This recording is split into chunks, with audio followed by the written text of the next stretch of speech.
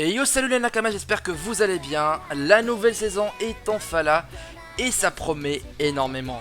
Et au moment où je fais cette vidéo, je n'ai pas encore vu toutes les sorties, mais je sais que c'est assez chargé en termes de nouvelles saisons et aussi en termes de nouveaux animés. Mais j'ai pu quand même voir deux animés de romance et school life qui sont assez intéressants quand même, et bien sûr à part Gotobun.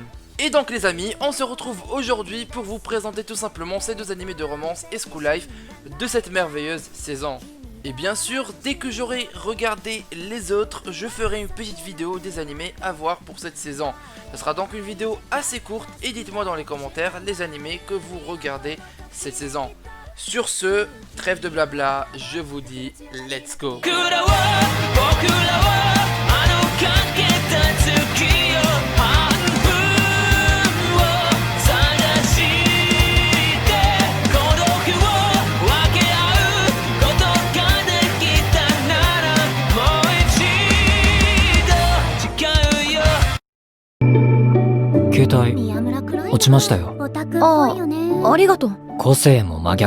Comme vous le savez certainement, j'adore les animés de romance et pour cette saison, il n'y en a pas énormément.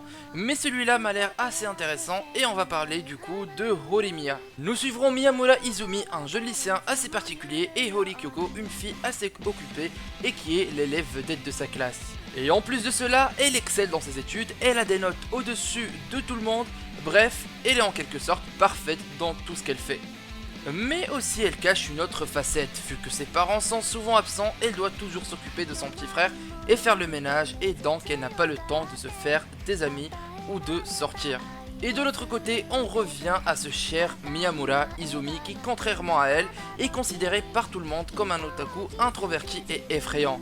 Il ne parle pas à beaucoup de gens et a de longs cheveux en désordre qui couvrent son visage. Et bien sûr, lui aussi a une face cachée, il a 9 piercings cachés derrière ses longs cheveux et un tatouage le long du dos et de l'épaule gauche. Oui, très bizarre pour un lycéen. Et bien sûr, rapidement les deux vont se rencontrer en dehors de l'école et ils vont révéler chacun leur côté assez unique, et au début, surtout Hori avait du mal à reconnaître Izumi. Mais grâce à cette différence et ce point en commun, ils vont rapidement se lier d'amitié et bien sûr, la romance est évidente. Donc pour résumer, Horimiya est une grande comédie romantique sur les apparences et sur deux adolescents qui grandissent et développent leurs sentiments. Et bien sûr, il y a un beau message derrière, celui de ne pas juger les gens selon leur apparence. En plus de cela, Horimiya est magnifiquement animé par Cloverworks, et bien sûr c'est le studio qui a fait de Promised Neverland et qui est toujours en train de le faire pour cette saison 2 bien sûr. Et en tout cas, on a une magnifique animation et du coup, je vous le conseille énormément, ce sera l'un des meilleurs animés de cette saison et peut-être aussi de cette année. Et au moment où je vous parle, le premier épisode est déjà sorti, donc foncez le regarder.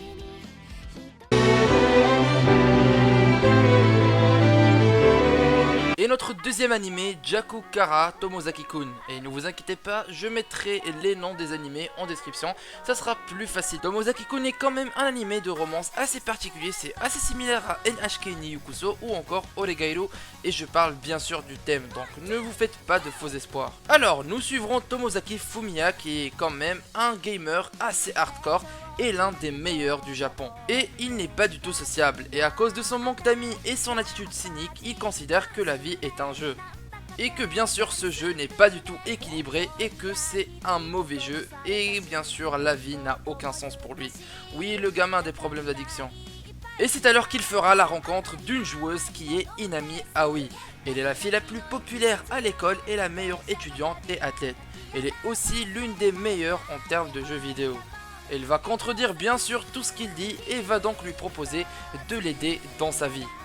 Et du coup, avec leur rencontre, commence un tout nouveau périple pour notre cher Tomozaki. Inami sera donc le coach de vie de Tomozaki et lui apprendra les compétences dont il a besoin pour réussir. Tandis que Tomozaki donnera le même niveau d'effort qu'il consacre aux jeux vidéo. Et elle va lui donner à chaque fois des petites missions afin d'atteindre petit à petit les objectifs fixés, comme par exemple faire remarquer un changement de comportement à un membre de sa famille ou encore parler à 3 filles de sa classe. Et l'objectif final, bien sûr, à part changer, c'est d'avoir une petite amie à la fin de l'année. Enfin bref, il n'est pas rare d'avoir des animés dans le même thème où la fille pousse le protagoniste à changer complètement de comportement et d'évoluer. En tout cas, il débute assez mal et beaucoup ne l'ont pas du tout apprécié, mais je pense qu'il faut lui donner sa chance, il est quand même pas mal.